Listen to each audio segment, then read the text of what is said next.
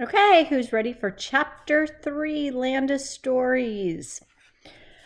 Lunch in the library. What could that be about? Present day? Probably. Thank you also, Little Brown Books Publishing Company, for letting us do this.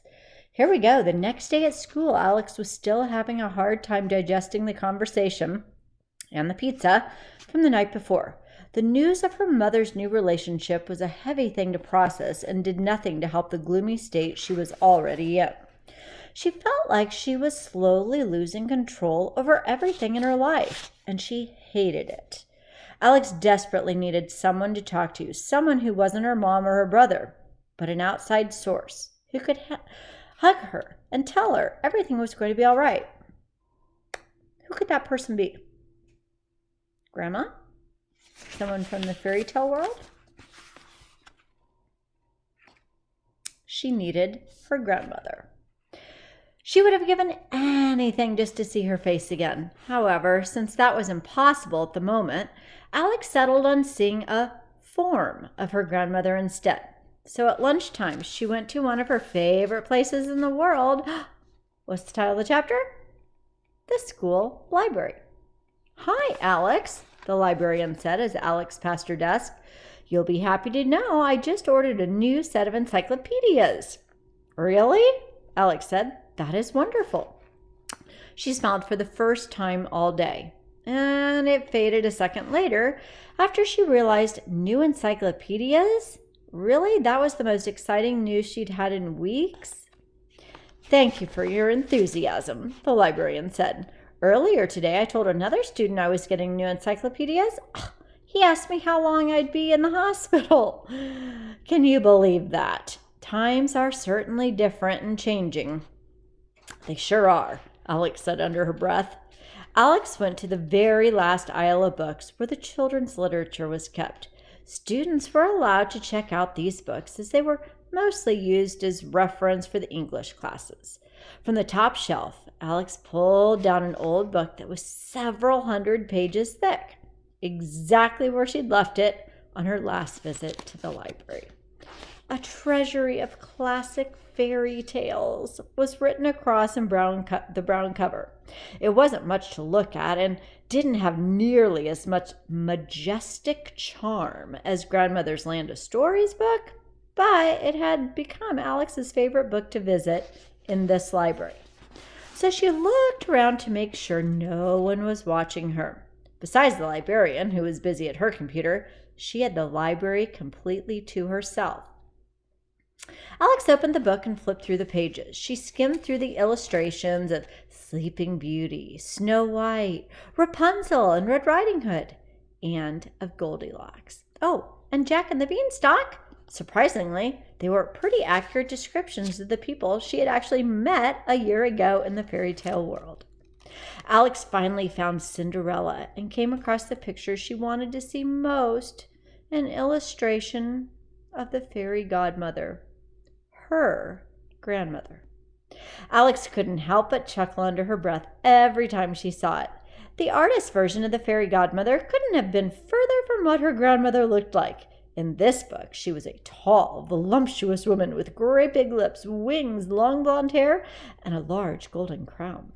However inaccurate it was technically still her grandmother, and that was all Alex needed to see.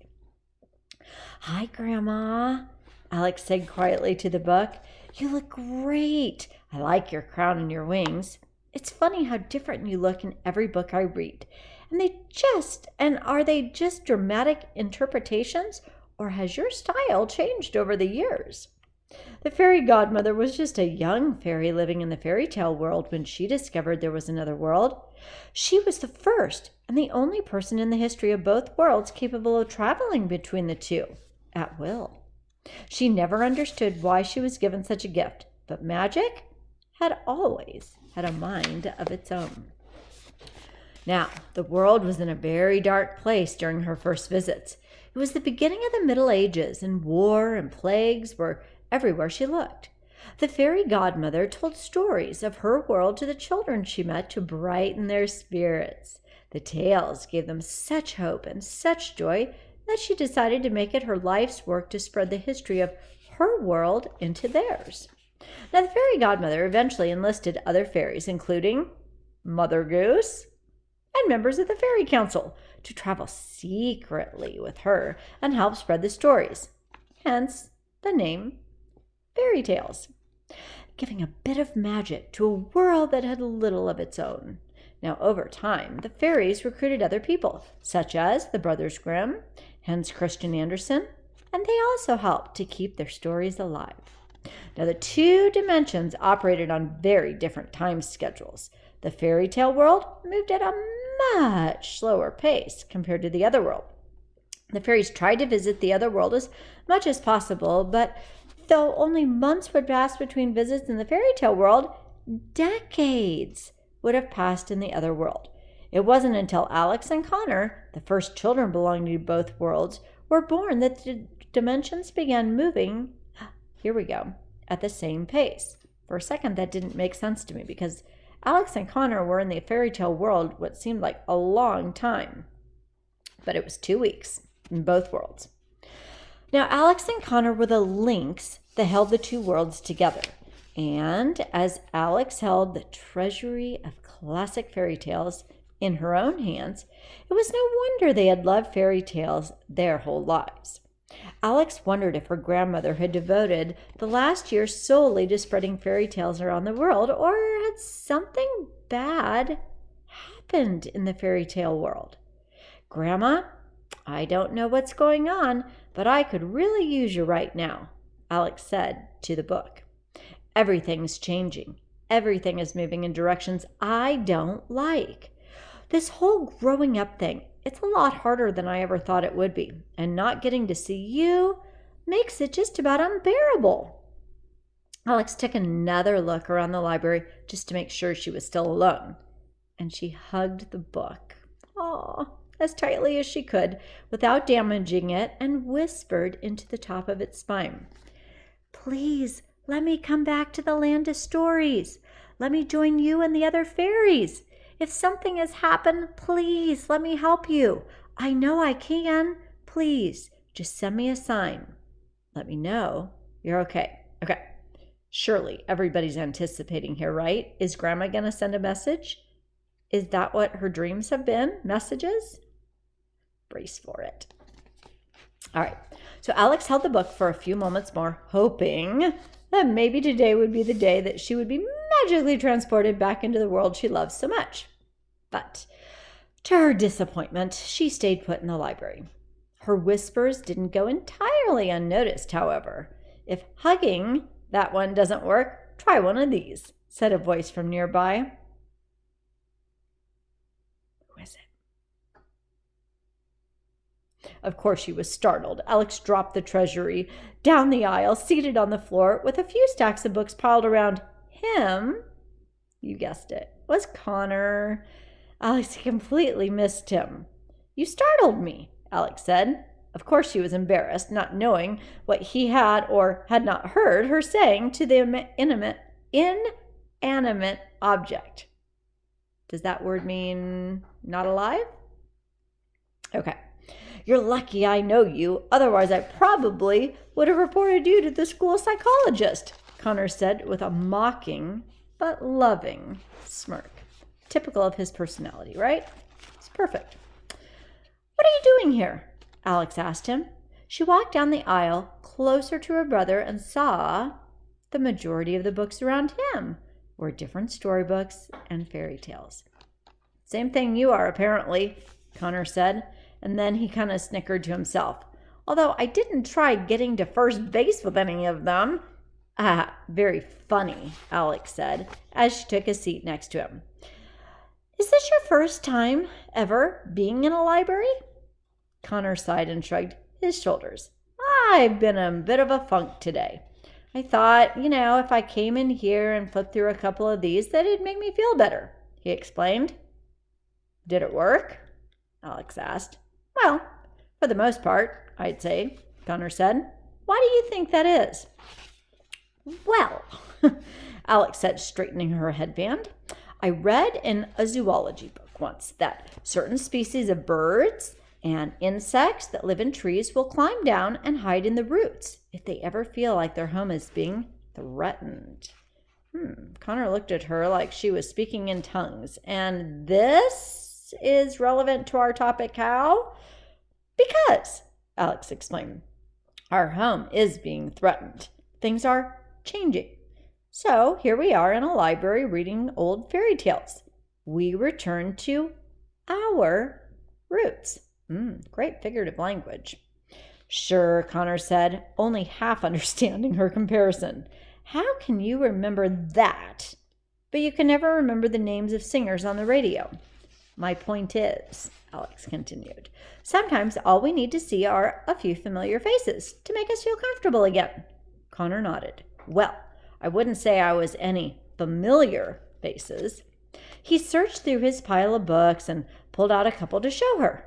In this, the Egyptian version of Cinderella, Grandma is a hawk, he told her excitedly. And this one, Grandma's not even in it. Cinderella gets her gown and shoes from a tree. Can you believe that? Like a tree could give her a new dress. Please. A complete stranger with a wand is much more believable. We should write letters of complaint, Alex said. Should we sign it as the grandchildren of the fairy godmother?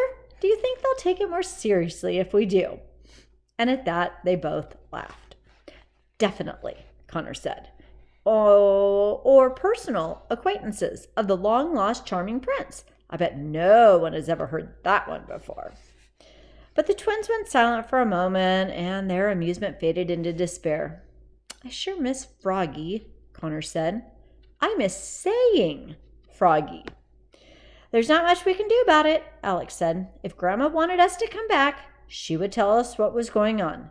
But until then, I guess we'll have to keep hugging books.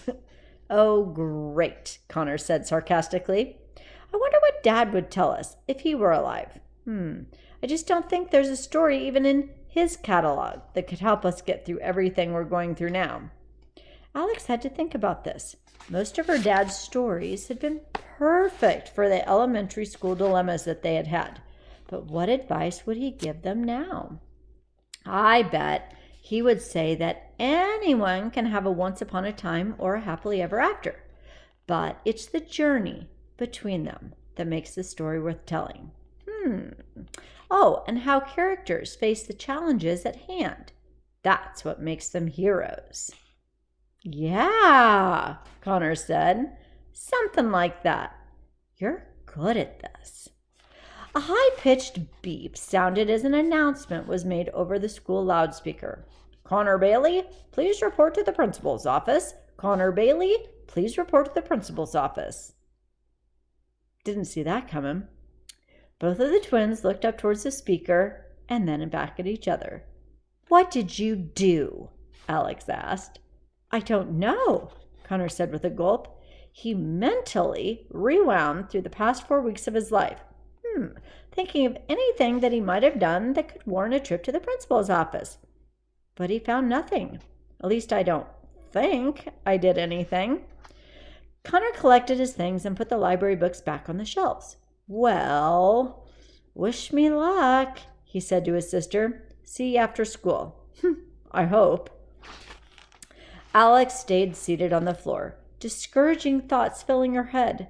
What would happen if she never saw her grandmother again? Would she become a weird book-hugging lady who traveled from one library to the next? Would her future children believe her when she told them about her connections to a fairy tale world? Well, the bell eventually rang and Alex got to her feet. She picked up the Treasury of Classic Fairy Tales from where she had dropped it on the floor and decided to take one last look at the illustration before heading to class. Why do I feel like this could be important? Alex turned to the same page she had been talking to before, and to her amazement, the illustration was completely different. Instead of the voluptuous woman with the wings and crown, the picture showed a petite woman with a very kind smile in a sky blue sparkly robe. It was grandmother. Alex looked around the library in shock as a smile grew on her face. her grandmother had just sent her a postcard. Is that the label you would have put on it? Guess it's a postcard. The next chapter, which I'm not starting till tomorrow. Principal's office. What did that Connor do? Well, we're going to have to wait and find out.